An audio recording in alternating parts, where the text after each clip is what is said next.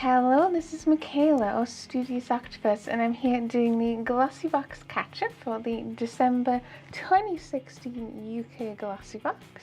The lovely, very shiny wreath box lid. It's very pretty. So I've been trying out all of the products that we got in the box. If you want to watch at the end, you can see me putting all of this stuff on my face. So first off was the mdmflow lipstick. I got the shade Vamp. This was £18. I actually do really like the colour. It's quite bold, but in a lot of ways it's actually not as dark as I think the stick makes it look like it is. Obviously a lot of this will be dependent on what you wear it on top of. You could probably layer it up quite a bit as well, but I think it's actually pretty wearable for quite a dark looking lipstick. I already actually have sort of a couple of, I don't know if that was there before, I'm not sure. It has sort of dints in the font there, which is a shame because it's quite an expensive lipstick. Consistency wise, it was actually a little drier than I thought it would be. It isn't that super slick smooth, and to some extent I don't even think that's particularly a bad thing.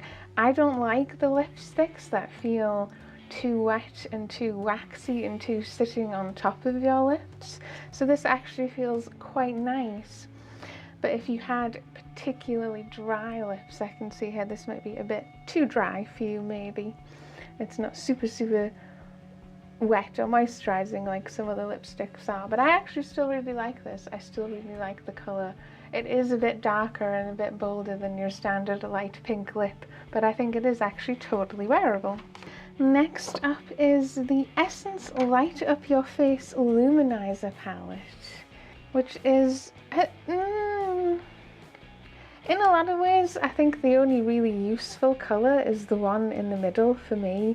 This one on the side, because it's not particularly shimmery, it just does, and it's just a sort of more of a powder highlight. It does nothing for me because I'm too pale for it to show up at all. And this one is very pretty, but it's, I could almost wear that as a blush because it's quite sort of orangey toned, I suppose. But yes, the most useful shade is the one in the middle, which is quite pink and actually contains enough shimmer that it does actually highlight quite pale skin.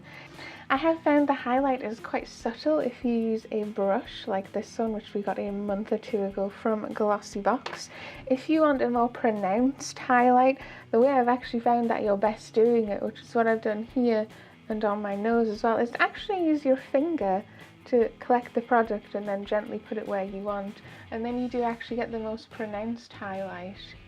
But it's quite a subtle highlighting palette. Not that that's necessarily a bad thing. You don't buy all highlighters for the same level of highlight. Some of them are more shining than others. And this is just a more nice, light, subtle one. But I genuinely don't see myself using this shade here. And possibly not so much this shade here, but it is prettier.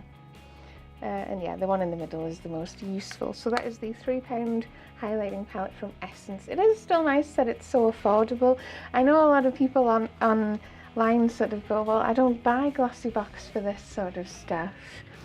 They've had more budget-friendly makeup in the boxes for a good long while.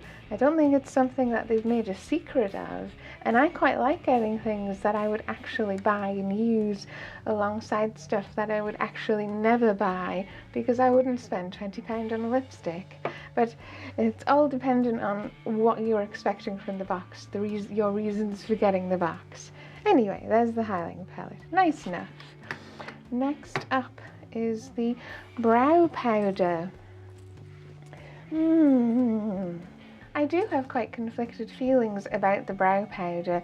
The little thing that's clicking is in the lid and not in the bottle, so I'm not sure what that really is for, what it's mixing, or if it's literally just so it has the sound of it clicking.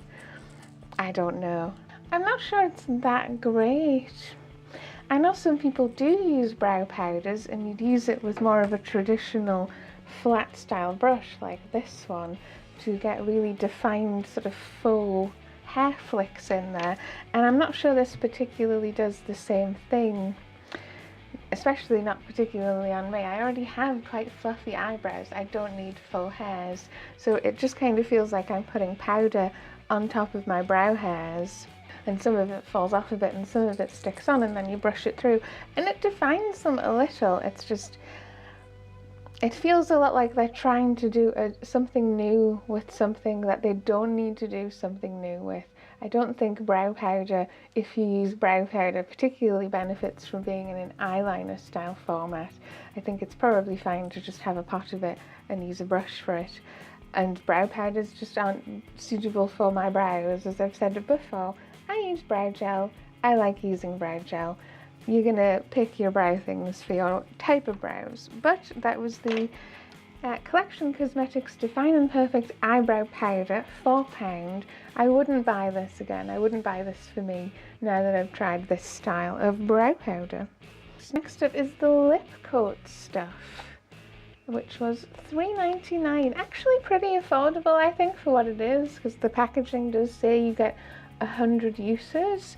I'm not sure I would actually reach for this in a day-to-day basis. The way it actually feels is you put on a regular lipstick. I've used it today with this, and the lipstick feels normal and lipsticky, and then you put this on top and it sort of changes it to almost feel like a liquid style lipstick that you put on and it would dry on completely matte. It does feel like it's drying out the formula of the lipstick on your lips, so it's more set. And it has a slight coating feel, but mostly it actually does just feel a bit dry, which again, if you have quite dry lips, this might not be for you anyway. And it has the same problem as those liquid lipsticks in that if you eat particularly oily food, it does come off anyway. It's not completely everything proof. It does stay on past like kisses in general, like light, oh, I've accidentally rubbed my mouth. What I suspect it's really good for is things like you're going out and you want your lipstick to stay looking perfect for 2 hours and things like that. Not particularly, I don't think, in a practical day-to-day sense. For me, personally, this is when you want to make sure you continue to look nice for an evening rather than an I'll reach for it every single day, because I don't like how dry it makes my mouth feel or how dry it makes my lipstick feel. But it does work in a, you can rub your face and it doesn't come off. But for what it is, which is that I actually think, yeah, it's relatively affordable for what it is. I'm kind of happy that I got to try it. It's an interesting idea, because you get the, you can change any lipstick into a quite matte, sealed effect lipstick, rather than needing to particularly buy lipsticks in lots of different styles. But there we go, that was the lip coat for $3.99. Finally, I did go ahead and try the nail polish. I don't every time, because I just don't have the patience for nail polish a lot of the time, and I tend to find it doesn't particularly last that well. I've already got little dips and chips coming off the top there. And I do know how to wear nail polish. I know how to put on base coats and thin layers of the colour and wrap the tips and put on proper top coats and let it all dry for 10 minutes per coat and all this other quite time consuming stuff. And then I still find the nails will chip anyway.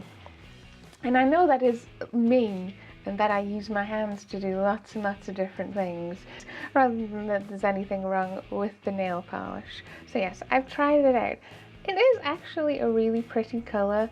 It does go fairly well with the lips. I would say this is quite pink toned and purpley toned ultimately, and this is quite reddy, so it probably could be a slightly better colour match.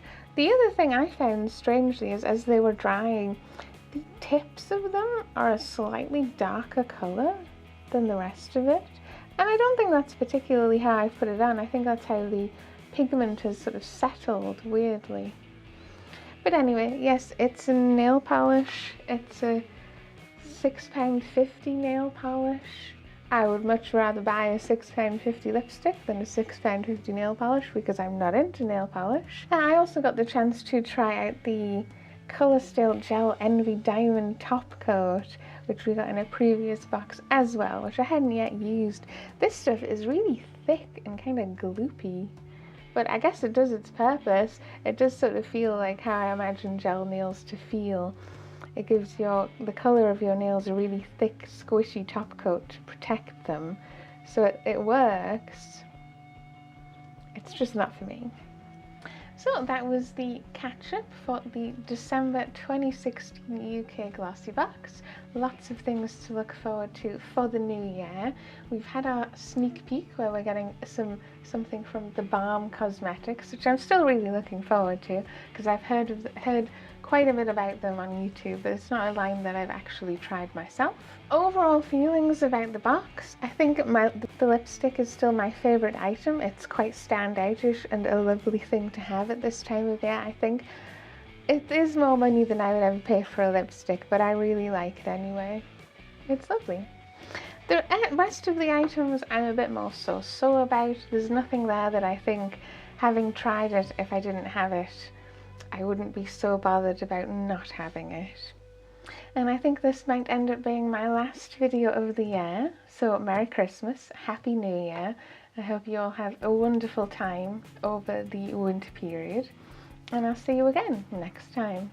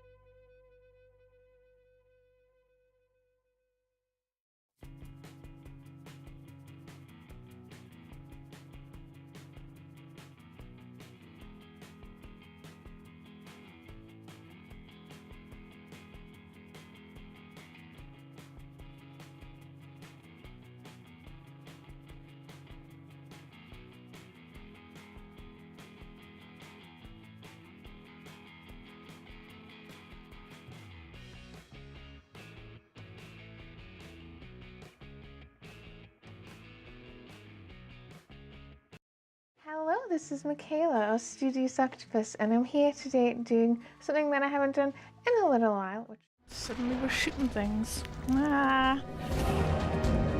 And so begins eternal darkness. Well,